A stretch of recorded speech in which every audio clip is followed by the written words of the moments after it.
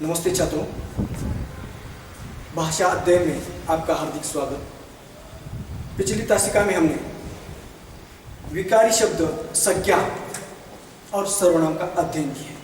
तो आज हम तीसरा विकारी शब्द विशेषण का अध्ययन करने जा रहे हैं। तो विशेषण का अध्ययन करने से पहले हमें विशेषण का क्या अर्थ होता है यह भी हमें मालूम होना आवश्यक है।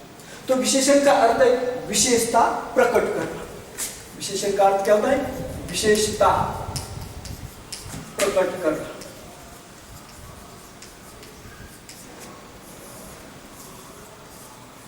तो यह विशेषण किसकी विशेषता प्रकट करता है? तो यह विशेषण संज्ञा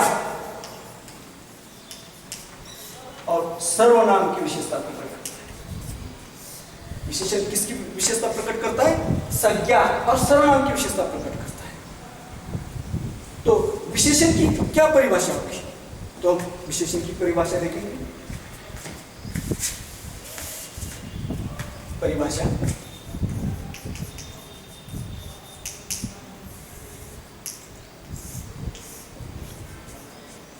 संज्ञा या सर्वनाम की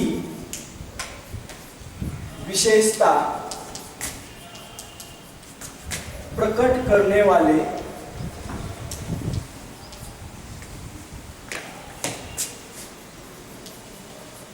विकारी शब्द को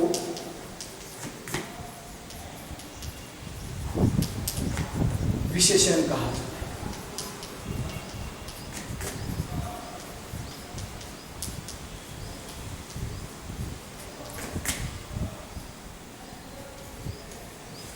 परिभाषा और एक बार सुनिए। संज्ञा या सर्वनाम की विशेषता प्रकट करने वाले विकारी शब्द को विशेषण कहा जाता है।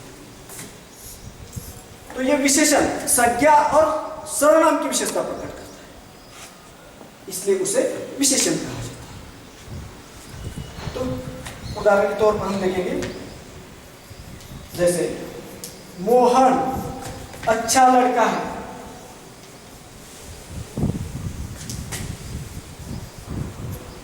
दूसरा उदाहरण, उसकी कमीज लाल है।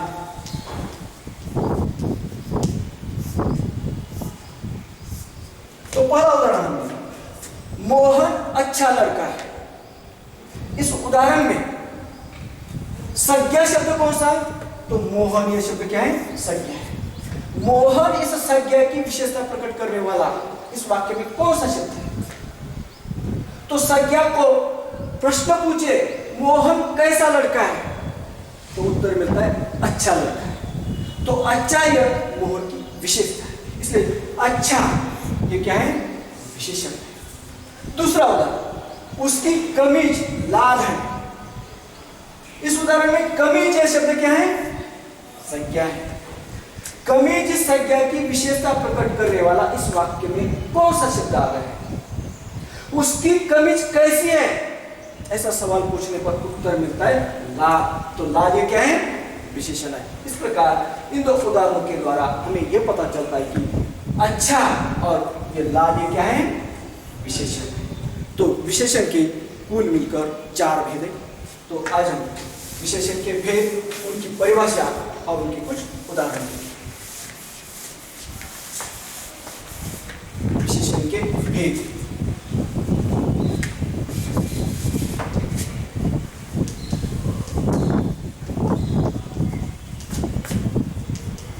चार।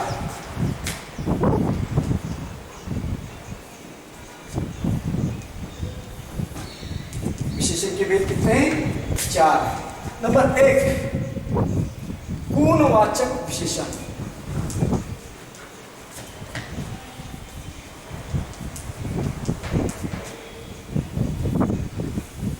नंबर 2, संख्यावाचक विशेषण।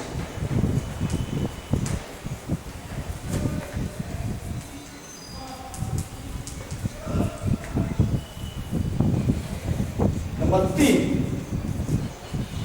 परिमाणवाचक विशेषण।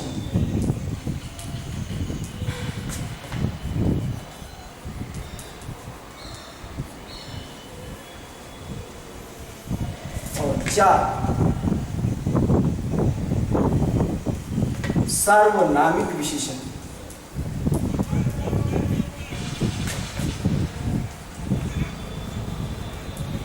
सार्वनामिक विशेषण, ये विशेषण के 4 हैं। पहला गुणवाचक विशेषण, दूसरा संख्यावाचक विशेषण और तीसरा परिमाणवाचक विशेषण और चौथा सार्वनामिक विशेषण।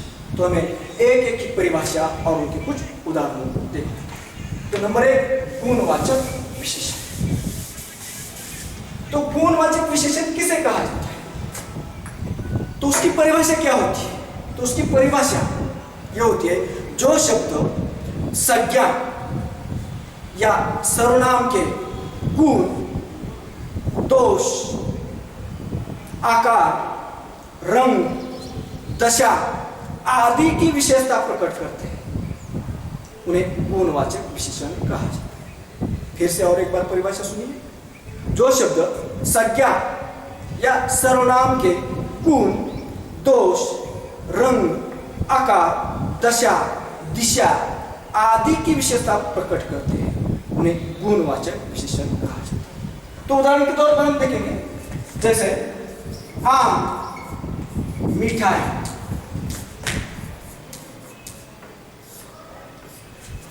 आम मीठा है। तो आम मीठा है, इस उदाहरण में आम ये क्या है? संज्ञा है। आम इस संज्ञा की विशेषता प्रकट करने वाला इस वाक्य में कौन सा शब्द आ है? संज्ञा को सवाल पूछिए आम कैसा है, तो उत्तर मिलता है मीठा। तो यानी आम की विशेषता क्या है? मीठा। तो मीठा ये क्या है? गुणवाचक विशेषण। दूसरा उदाहरण लेंगे, इमली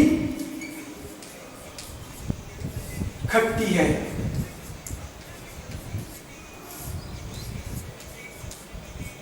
दूसरा, इमली खट्टी है, इस उदाहरण में संज्ञा शब्द कौन सा है? संज्ञा शब्द है इमली।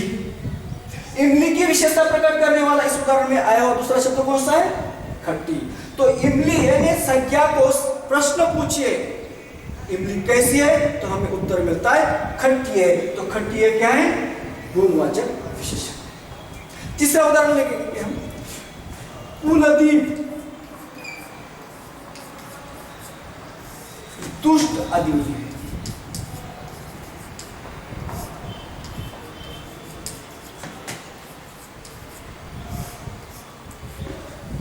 तीसरा उदाहरण, कुलदीप दुष्ट आदमी है।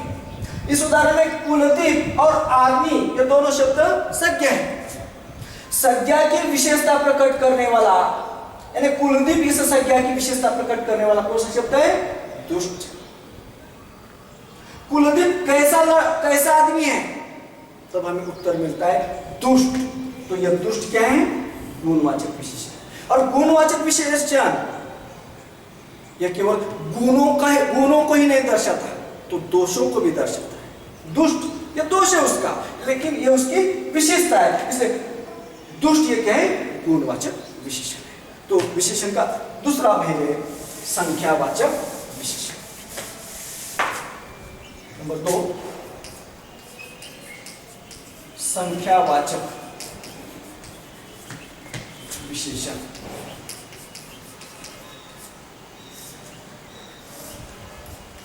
तो संख्यावाचक विशेषण की भी परिभाषा होती है। तो संख्यावाचक विशेषण किसे कहा जाता है?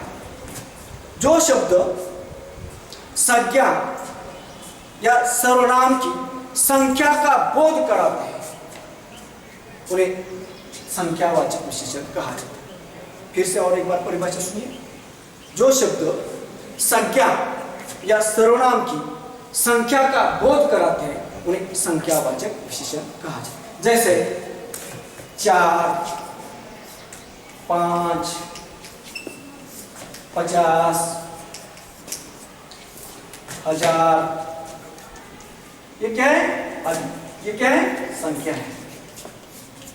ये शब्द 4 यानी संख्या है, 5 संख्या है, 50 संख्या है, 1000 संख्या है। ये संख्या का बोध कराते हैं, इसलिए उसे संख्यावाचक विशेषण कहा जाता है। तो संख्यावाचक विशेषण के भी 2 भेद होते हैं। संख्यावाचक विशेषण के 2 भेद होते हैं। एक होता है निश्चित संख्यावाचक विशेषण,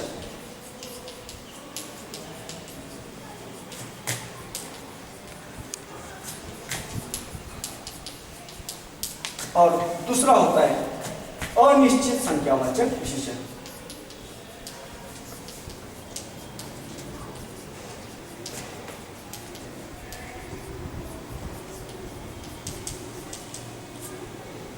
संख्यावाचक विशेषण के दो भेद हैं, एक है निश्चित संख्यावाचक विशेषण और दूसरा है अनिश्चित संख्यावाचक विशेषण। तो निश्चित संख्यावाचक विशेषण किसे कहा जाता है, उसकी क्या परिभाषा होती है और उसके क्या उदाहरण होते हैं, यह भी हमें देखना। तो नंबर एक, निश्चित संख्यावाचक विशेषण। तो निश्चित संख्यावाचक विशेषण की भी परिभाषा होती है। जो शब्द संज्ञा या सर्वनाम की निश्चित संख्या का बोध कराते हैं उन्हें निश्चित संख्यावाचक विशेषण कहा जाता है। परिभाषा और एक बार सुनिए। जो शब्द संज्ञा या सर्वनाम की निश्चित संख्या का बोध कराते हैं उन्हें निश्चित संख्यावाचक विशेषण कहा जाता है।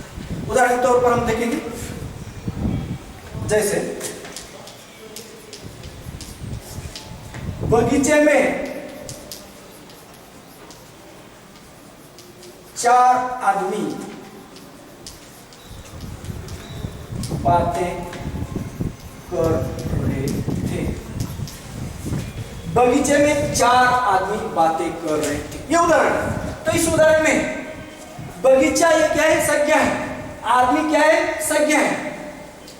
परिभाषा में क्या होता है, जो शब्द संज्ञा या सर्वनाम की विशेष संज्ञा या सर्वनाम की निश्चित संख्या का बोध कराते हैं उन्हें निश्चित संख्यावाचक विशेषण है।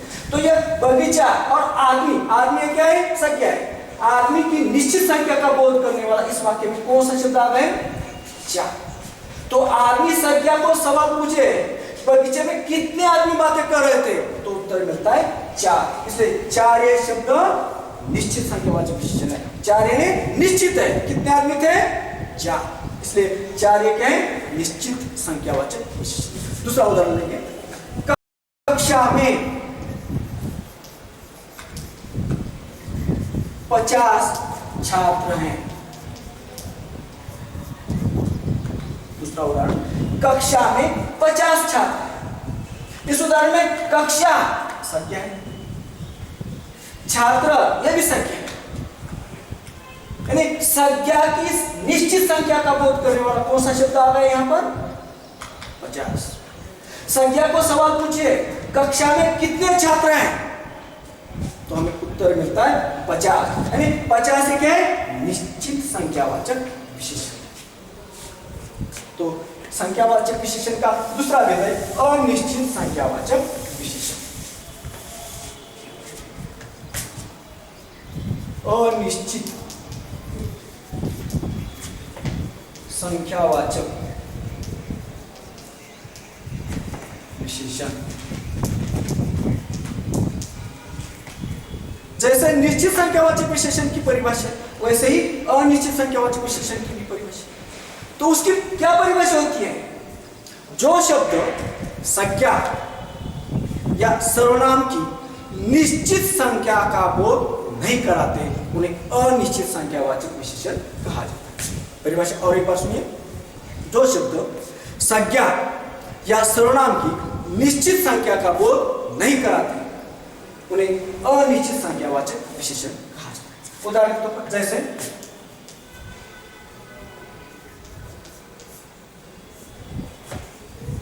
कुछ लोग यहां खड़े थे, कुछ लोग यहां खड़े थे। इस उदाहरण में लोग ये क्या है, संज्ञा है। संज्ञा की निश्चित संज्ञा की संख्या का बोध करने वाला इस वाक्य में कौन सा शब्द है।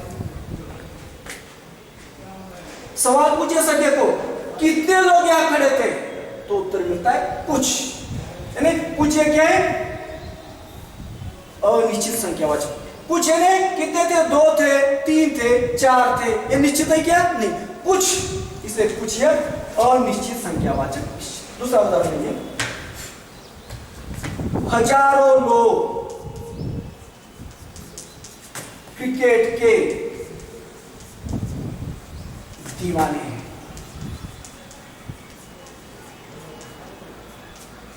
हजारों लोग क्रिकेट के दीवाने हैं। ये उदाहरण, इस उदाहरण में लोग, ये शब्द क्या है? संज्ञा है। तो अनिश्चित संख्यावाचक विशेषण, संख्या की संख्या का बोध करने वाला, अनिश्चित संख्या का बोध करने वाला कौन सा शब्द? कितने लोग क्रिकेट के दीवाने हैं? तब हमें उत्तर मिलता है हजारों। हजारों यानी 1000 है क्या? नहीं, 1000 के ऊपर यानी निश्चित है क्या? नहीं, इसलिए हजारों ये क्या है? अनिश्चित संख्यावाचक विशेषण। तो विशेषण का तीसरा है परिमाणवाचक विशेषण। तीसरा भेद है परिमाणवाचक विशेषण।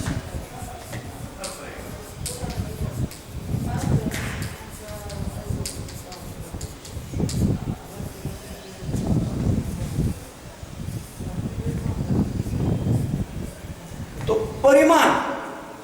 परिमाण का अर्थ होता है एक नाप तौल का एक साधन है। परिमाण यानी एक नाप तौल का एक साधन है। तो परिमाणवाचक विशेषण किसे कहा जाता है? उसकी भी परिभाषा होती है। तो उसकी परिभाषा ये होती है, जो शब्द संज्ञा या सर्वनाम के नाप तौल या उसके परिमाण का बोध कराते हैं, उन्हें परिमाणवाचक विशेषण कहा जाता है। और एक बार परिभाषा सुनिए, जो शब्द संज्ञा या सर्वनाम के नाप तौल या उसके परिमाण का बोध कराते हैं, उसे परिमाणवाचक विशेषण कहा जाता है। जैसे किलो, मीटर, लीटर, ग्राम आदि, ये क्या है? परिमाण है। किलो, मीटर, लीटर, ग्राम आदि, ये परिमाण है, एकक है। तो परिमाणवाचक विशेषण के भी दो भेद होते हैं। एक होता है निश्चित परिमाणवाचक विशेषण, एक होता है निश्चित परिमाणवाचक विशेषण।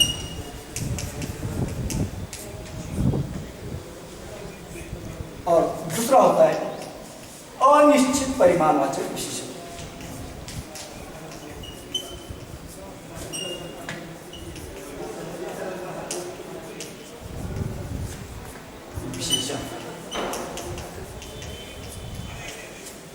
परिमाणवाचक विशेषण के दो भेद हैं। कौन कौन से? निश्चित परिमाणवाचक विशेषण और दूसरा है अनिश्चित परिमाणवाचक विशेषण। निश्चित परिमाणवाचक विशेषण और अनिश्चित परिमाणवाचक विशेषण एक दूसरे के बिल्कुल भिन्न है। तो निश्चित परिमाणवाचक विशेषण किसे कहा जाता है? उसकी क्या परिभाषा होती है? उसके कुछ उदाहरण होते हैं। तो निश्चित परिमाणवाचक विशेषण की क्या परिभाषा होती है? जो शब्द संज्ञा या सर्वनाम के निश्चित परिमाण का बोध कराते हैं, उन्हें निश्चित परिमाणवाचक विशेषण कहा जाता है। परिभाषा और एक बार सुनिए, जो शब्द संज्ञा या सर्वनाम के परिमाण का निश्चित बोध कराते हैं, उन्हें निश्चित परिमाणवाचक विशेषण कहा जाता है। जैसे मैं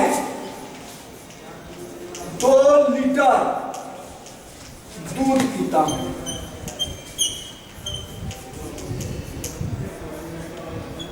ये उदाहरण, मैं 2 लीटर दूध पीता हूं। इस उदाहरण में दूध ये क्या है? संज्ञा है। मैं ये क्या है? सर्वनाम है। तो संज्ञा और सर्वनाम के निश्चित परिमाण का बोध करने वाला शब्द इस उदाहरण में कौन सा है? संज्ञा को सवाल पूछे मैं कितना दूध पीता हूं, तो उत्तर मिलता है 2 लीटर।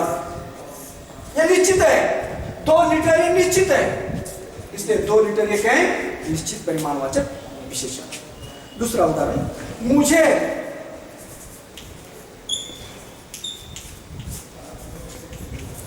4 किलो शक्कर चाहिए।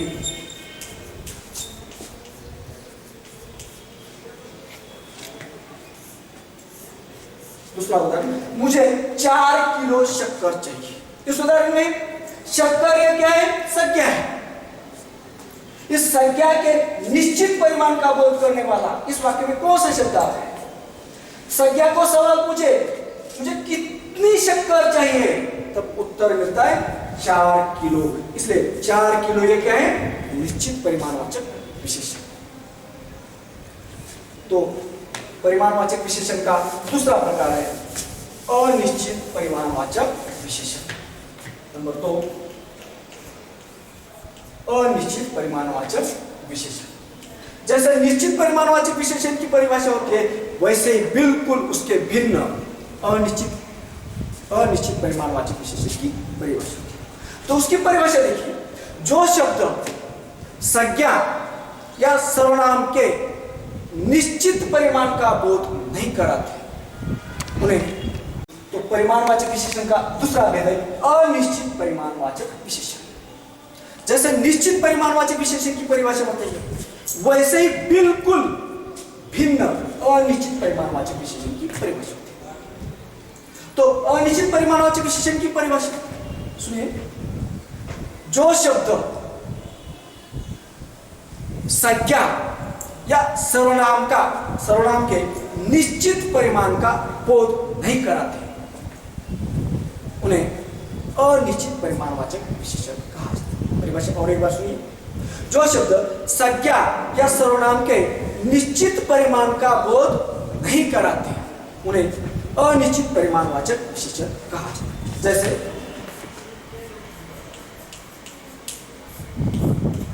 चाय में थोड़ा दूध मिलाओ।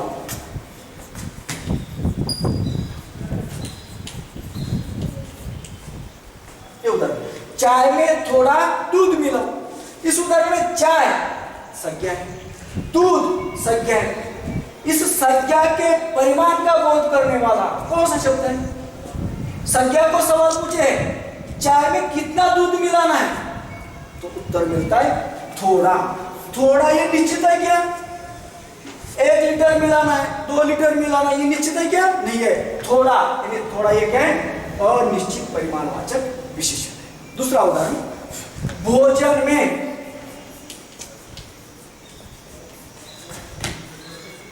कम नमक डालो। दूसरा उदाहरण, भोजन में कम नमक डालो।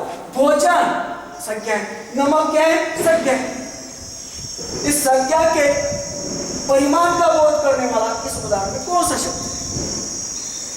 संज्ञा को सवाल पूछिए भोजन में कितना नमक डालना है, तो उत्तर मिलता है कम। कम यानी निश्चित है क्या? 10 ग्राम डालना है, 20 ग्राम डालना है, 50 ग्राम डालना है, ये निश्चित है क्या? नहीं। कम डालो यानी कम नमक डालो, यानी कम एक है अनिश्चित परिमाणवाचक विशेषण। तो विशेषण का अंतिम जो भेद है वह सार्वनामिक विशेषण। नंबर 4, सार्वनामिक विशेषण।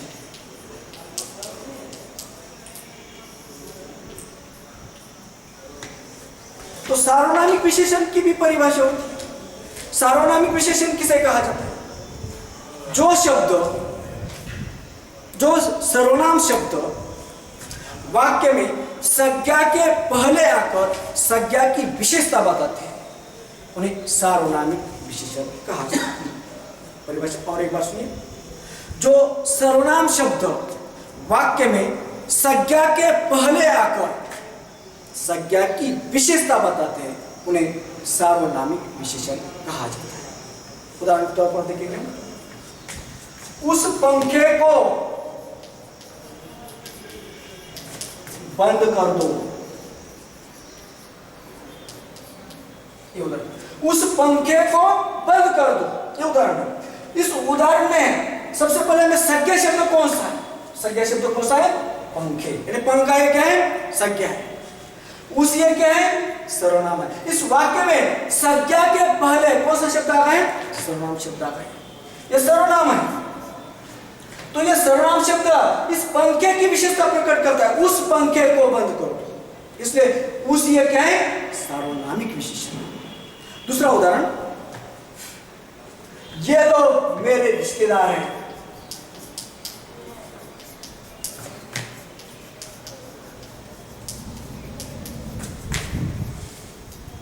ये लोग मेरे रिश्तेदार हैं। इस उदाहरण में संज्ञा शब्द कौन सा है, लोग, और सर्वनाम शब्द कौन सा है, ये।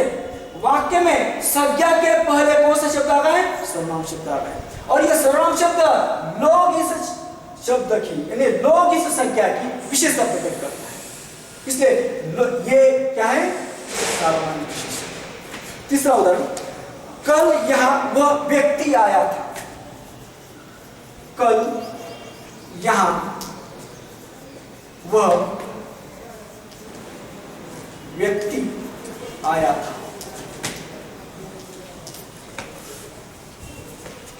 कल यहां वह व्यक्ति आया था।